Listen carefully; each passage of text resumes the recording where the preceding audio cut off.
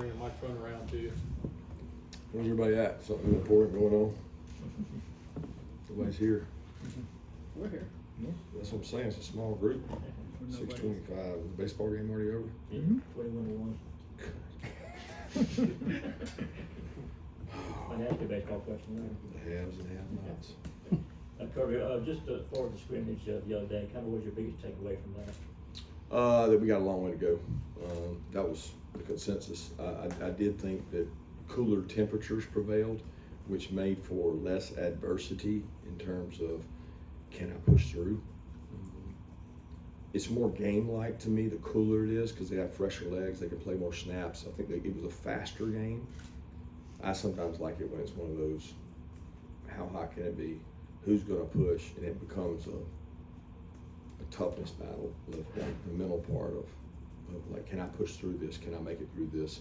Can I play this game in these conditions? It was not like that. I know you're asking about like specific, like who did well, who did this, who did that. That's really not important right now. Like, it's more important that we can execute a play on offense and defense. We have got more new people in new positions than in the 10 years I've been here. And every year that has probably ratcheted up a little bit, but it is to the point where you almost have to start like no one knows anything, make no assumptions, don't assume anything, and start all over and go ground up, because we had a lot of mistakes, a lot of sloppiness. I mean, this used to be the first fall camp scrimmage, but when you get 25 mid-years and 6 portals or whatever the numbers are, I don't know exactly, like that is the first fall scrimmage. So it was not what it needed to be. Yeah, Kirby, we'll have a chance to talk to Zachariah. Just how have you seen him fitting in and learning the offense, and just how he's adjusted, and also with his brother Zion, what Zion has done since he's gotten here as well? Well, they both love football, and that's the number one quality you got to have at Georgia. You better love it and be passionate about it. I do believe that. They love football. They're still adjusting to speed of practice, tempo of practice, volume of practice. It's all the things that they wanted to come here for, which is the intensity, the competition, the good on good, the grind, let's call it, and they embrace that. They're both learning. Again, they're not like freshmen because physically they're way past freshmen. They're both physically developed. They're both really good athletes. But the mental part for both of them is, they're working through that curve of, hey, look, we're in practice number 10, and I've seen this before. We've had many a guy come through here, and they get it with each and every practice, and they get better. He has extreme quickness, and he's an explosive playmaker that we got to find ways to get him the ball as well as all the guys around him in the offense. Yeah, to follow up on Zachariah, I know you talked about needing guys to step up as leaders. He's a guy who has played some college football but not here, so is he stepping into a leadership role as an experienced college football player, or still, like you said, is getting the hang of things, still having him behind others in the leadership capacity?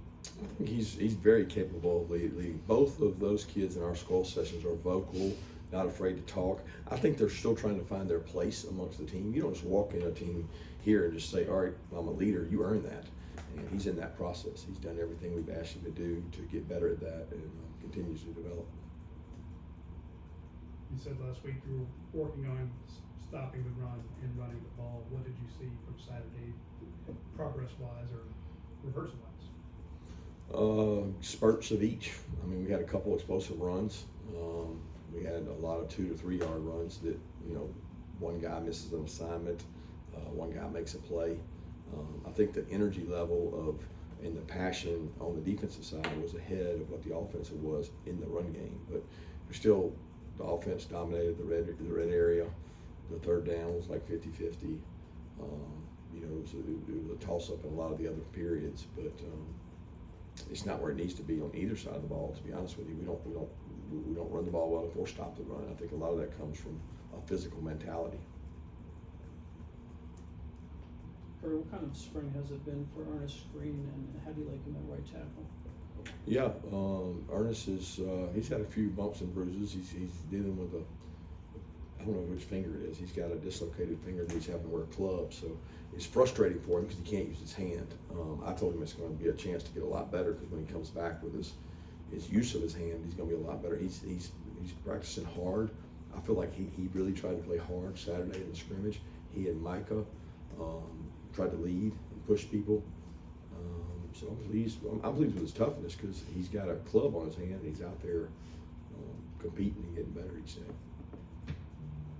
Kirby, I know you lost a ton of snaps on defense from last year, but when you talk about, so many young players, offensive defense, is one side of the ball difficult to teach the game to younger guys, or just kind of depends on the player? No, I think it's the same difficulty on each side of the ball. It's not easier one way or the other. Young players are young players, and we've got to grow these kids up, and a lot of them are going to push for playing time or be in your depth, and we learned last year. I mean, we're out there playing with a couple true freshmen all over the field. KJ Bolden, Nate Frazier, other guys had to step up and play, and Chauncey and those guys had to play. So I don't think it's easier one side of the ball than the other. What have you seen from Ryan Montgomery with what he can do at this point, and then Hezekiah just as the two freshman quarterbacks? Yeah, I haven't been able to see much of Ryan. He's coming off an ACL. That's not something for a kid with a long career to be able to do. We're not asking him to do that. He's done everything we've asked him to do. He gets to throw some ball drills to receivers, but then I can't judge that. I mean, that's not a real play. Buddha has done a good job. There's a lot of information coming at him and Coulter and even Ryan, for that matter, in meetings. But I like Buddha's attitude. He doesn't get down on himself. He has a positive attitude. It's easy for a freshman quarterback, to live in a moment of like, what am I doing here? Am I out of place? And the analogy of drinking water through a fire hose comes to mind when you think of a freshman quarterback. And we're just trying to taper down that water pressure. Yeah, what have you seen out of Janelle Aguero in his third year in the program, and how has he sort of reacted to the fact that you guys bring in 3 transfer defensive backs there as well this offseason? Oh man, I don't think he cares about that. I mean, he wants to win. If you want to win, then you want good players. So I think there's a societal emphasis on if people come, then that's dangerous to me. I mean, if people come, that'll make you work harder. I mean, people don't look at it the way I do. Is we got a lot of kids who chose to go to other schools and they started earlier and they finished there and then they're not playing any more football. And then the guy we got over the guy that we wanted comes in, doesn't start, plays a lot of football in year 2 and 3, and then goes on to be successful. But the kid over here that went to the other school never got any better, and he played as a freshman. So I don't know. I don't see it that way, but I see Jonell getting better day by day, and he's working hard, and he's becoming more vocal, which is tough on him. He's not a vocal kid. He doesn't like to talk and open up, but he's getting better at it. Kirby, you already talked a little bit about Zion, but I'm kind of continuing off those 2 other safeties that transferred to safety with Jaden Harris and Adrian Maddox. What have you seen from them this spring since they joined the team? Flashes, but flashes don't win games. Consistency does, and we're looking for some more consistency out of those positions. I mean, y'all tell me how many snaps we've lost. I don't know, 2,000. I mean, we probably took 1,000 snaps last year on defense. If we took 1,000 snaps, Malachi and Dan took 1,000 each. That's 2,000. So I know KJ played a good bit, but there's a lot of snaps missing out there, and these guys are coming into a defensive system that requires heavy communication, and we're not going to let the offense dictate to us. So we have a lot of things we do to create an advantage when an offense does something, and you got to be able to communicate to do that. How unique is it when you bring in brothers at the same time like Zachariah and Zion in terms of evaluating them and recruiting them? I don't think it's unique. I mean, we look at it as separate players. So, like, we don't bring them in. It's like, we're looking at Zion to say, where does he fit in our safety roster? We look at Zach to say, where does he fit in our receiver roster? And then they're both good players. They're both in positions of need. We need depth. We need good players.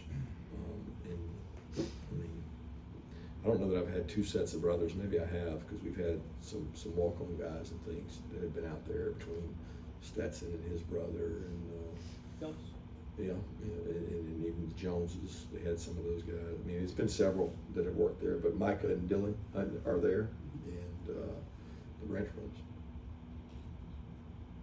Kirby, did you have any injuries Saturday? What can you tell us about Isaiah Gibson and Brett Force? Brett is still coming off of the ACL, right? So that won't be until somewhere around fall camp / first game, somewhere in between those two. He won't be ready at fall camp, but we think he'll be ready by first game. Isaiah Gibson's dealing with a little bit of an injury that he should be back from here shortly. Saturday, I think Drew Bobo had a little bit of a hyperextension of a knee. He should be back shortly. He wasn't able to go today. I can't remember anybody else. I mean, I'm sure y'all know. Y'all have checked all your websites and got all your inside sources. So I don't know why you ask me, because all y'all do is just go get the information. So if there's somebody specifically you're asking about, but it's not a secret to me, because y'all just go out and get all the information from people y'all solicit. And not really a spring ball question, but the Hardcap 105, I assume, is going to be in play by the fall.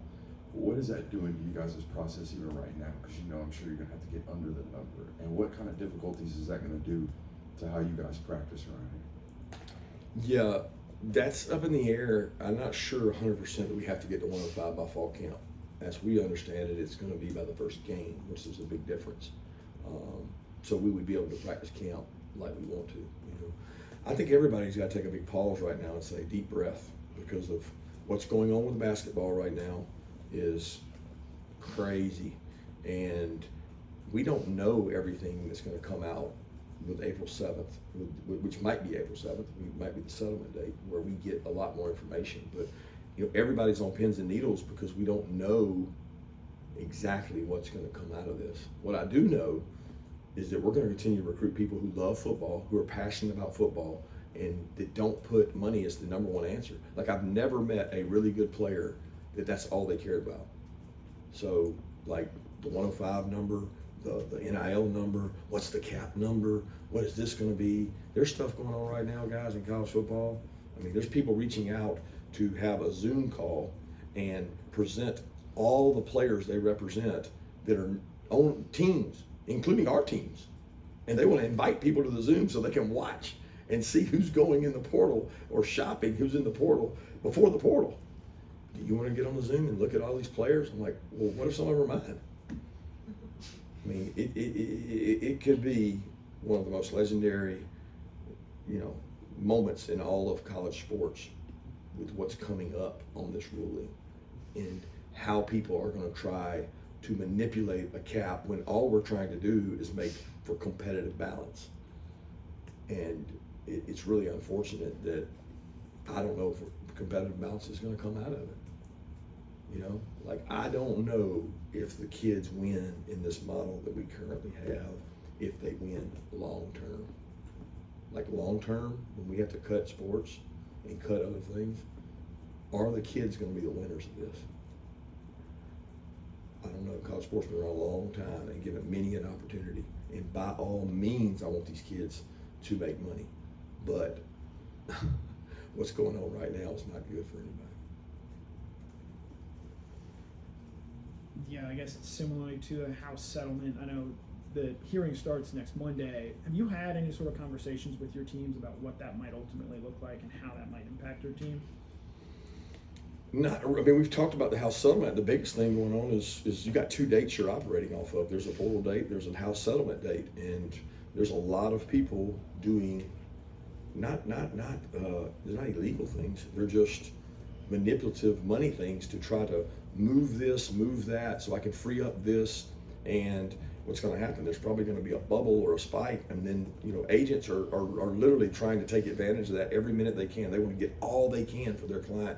But at the end of the day, it may backfire, because there's going to be a correction in the market at some point when this cap hits. If the cap is truly what the House settlement wants it to be, if there is truly a cap, if you just keep trying to front load and pay out people, and what's going on in basketball now and football now, people are trying to beat a date, then what's going to happen when those people expect that same money the next year and it's not there because you're in a cap?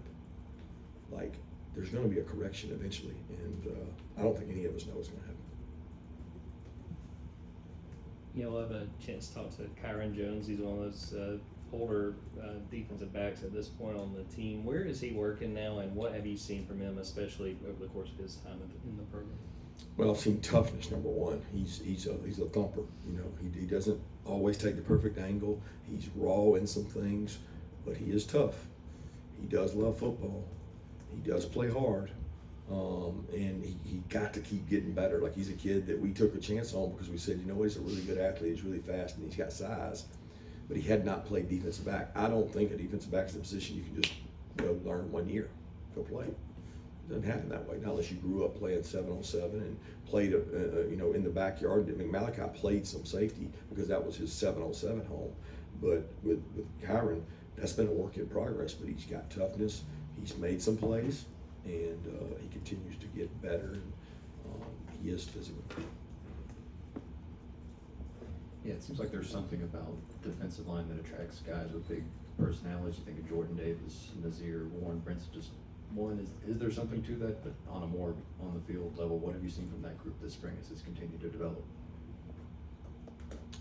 I've seen improvement from that group. I think Trey does a tremendous job with his group. We've not had Christian out there, obviously, with the surgery, so there's been a lot of young guys getting work. I've really been impressed with Nnamdi and Jordan and Naj. Like, they're working their tail off to get better. They're buying in. They've seen what Trey has done with guys in their second year, with guys in their third year, and then guys in their fourth year really do well here.